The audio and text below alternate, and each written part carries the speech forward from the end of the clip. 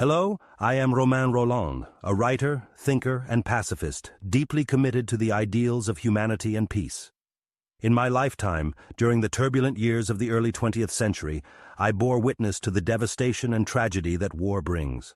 I once expressed my disdain for it with these words: "I find war detestable, but those who praise it without participating in it even more so." Let us explore this statement, how it applied in my era, and why it remains as relevant, if not more so, in your time today. How it applied.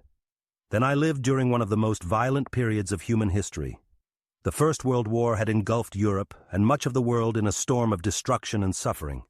Millions of lives were lost in the trenches, and countless families were torn apart. Yet, amidst this tragedy, I observed a troubling hypocrisy. Many of those who championed war, who glorified it as a noble pursuit, did so from a safe distance. They were not the soldiers in the trenches, enduring the mud, the blood, and the unspeakable horrors of combat. They were politicians, intellectuals, and members of the elite, crafting rhetoric about honor and patriotism while remaining untouched by the consequences of their advocacy. Their detachment from the reality of war fueled my condemnation.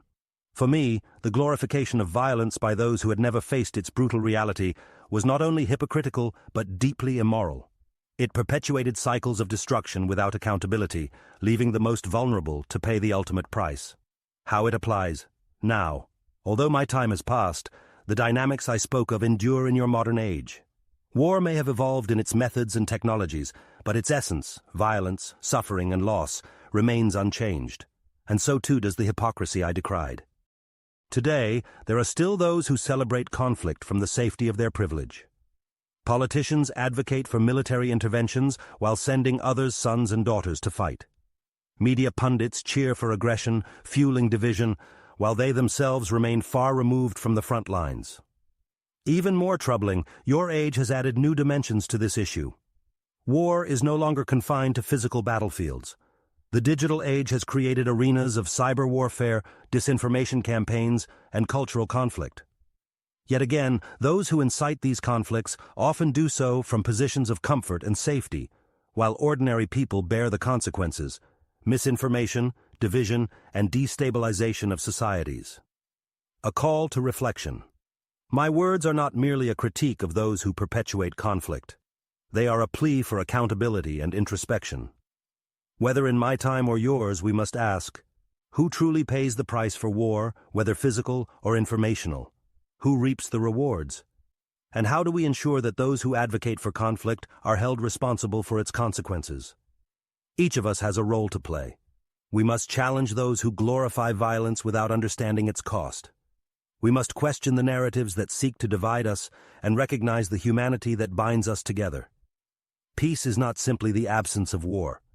It is the presence of justice, accountability, and compassion.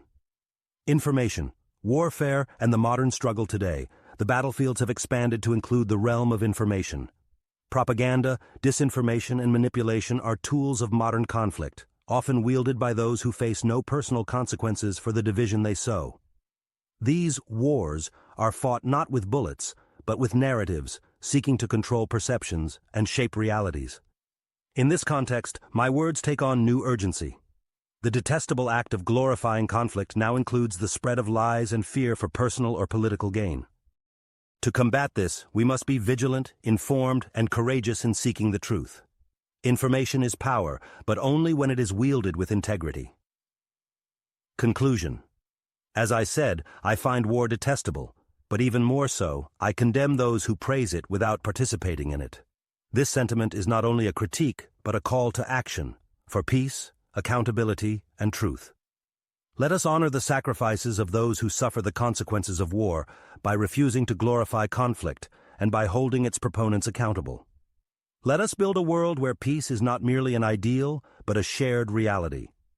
For more on how these themes resonate in the modern age, visit information-warfare.com. Together, we can confront the challenges of our time with clarity, courage, and a commitment to truth. Thank you.